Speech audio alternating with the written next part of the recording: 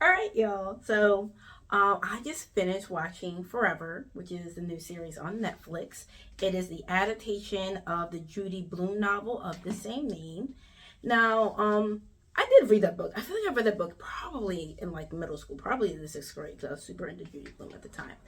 And obviously, there's gonna be some comparing, and there's obviously a lot of differences because one, Judy Blume's way, and the book took place in 1975, and the showrunner is Mara Baraka Kill. So this is with now a black story, and instead of in the 70s, it starts in 2018 on New Year's. So that kind of still applies.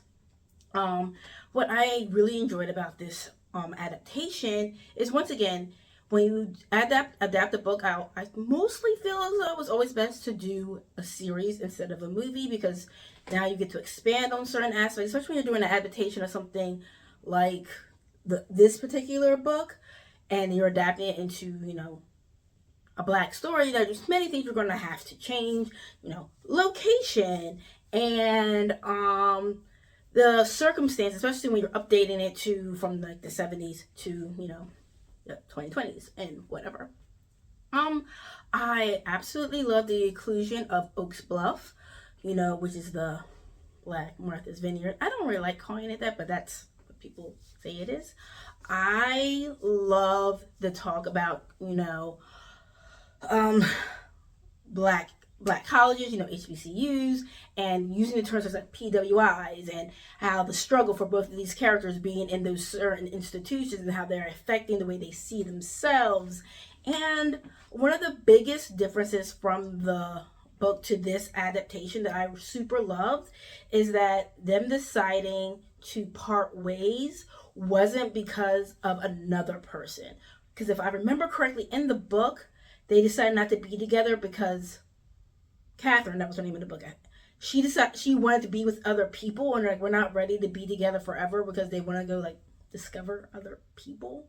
Whereas this, it wasn't about them discovering other people. It was like more about discovering themselves and the dreams that they had, and um just knowing that sometimes people, like that whole people come into your life for a season, sometimes forever, and maybe right now in high school this was their season. Maybe they'll have another season in the future, which I love that they were open about the fact that when we are ready, maybe we'll find each other again. And also the actor that played Justin, he's new, up and coming actor, so I'm excited to see what he does.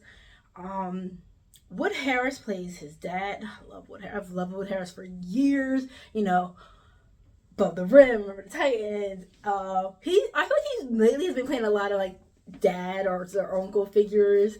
Like the New Edition movie and everything. But anyway, I love Wood Harris. And it was just such a beautiful adaptation of this book, and I absolutely recommend seeing it. And I also just love the blackness of it, watching her wrap her hair, just like the nuances, the differences between Justin being somebody who grew up with both of his parents consisting around him, and then him being like more well off. And yes, even though Keisha wasn't as well off financially and everything, money wise, she was still like the most respectful person, and we tend to fall into those traps of stereotypes. Oh, if you don't have money, you must not be educated. But she was smart, and everybody loved her. She was just loved, someone who was really loved in her neighborhood, and just how those differences from being home to being at like a PWI, and things that happened to her there, and how those really affected the way she viewed life, and wanting to like take on things on her shoulders that she didn't need to.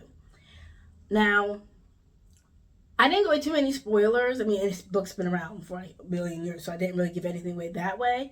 But, watch this movie. I absolutely recommend it. And we need more of these types of adaptations where they're just not, oh, we're just not going to make these white people now black. Like, if you're going to do an adaptation, this is the way to do it. You add those nuances. You make those necessary changes. So, yes. All right, this has gone on longer than I had expected. So, all right. You don't have to be perfect to be amazing.